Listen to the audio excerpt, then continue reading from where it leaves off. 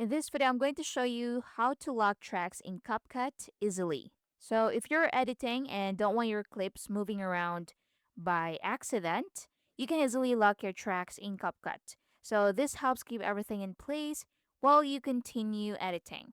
So let's go step by step. Once you're inside the timeline, you'll see your video and audio tracks stacked below your preview screen. So this one.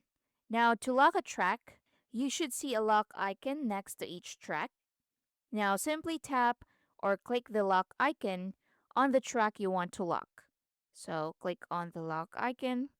So as you can see, the track is locked.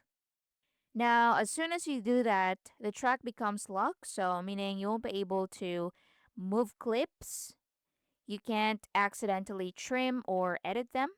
Everything stays perfectly in place.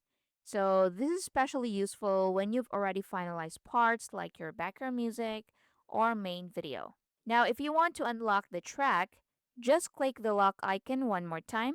So go to the side of the timeline, click on the lock icon, and as you can see, the track has been unlocked. So this will unlock the track so you can edit it normally.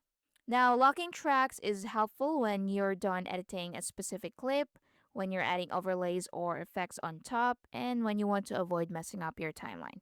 And that's it. You've successfully learned how to lock and unlock video and audio tracks in CapCut. Thanks for watching.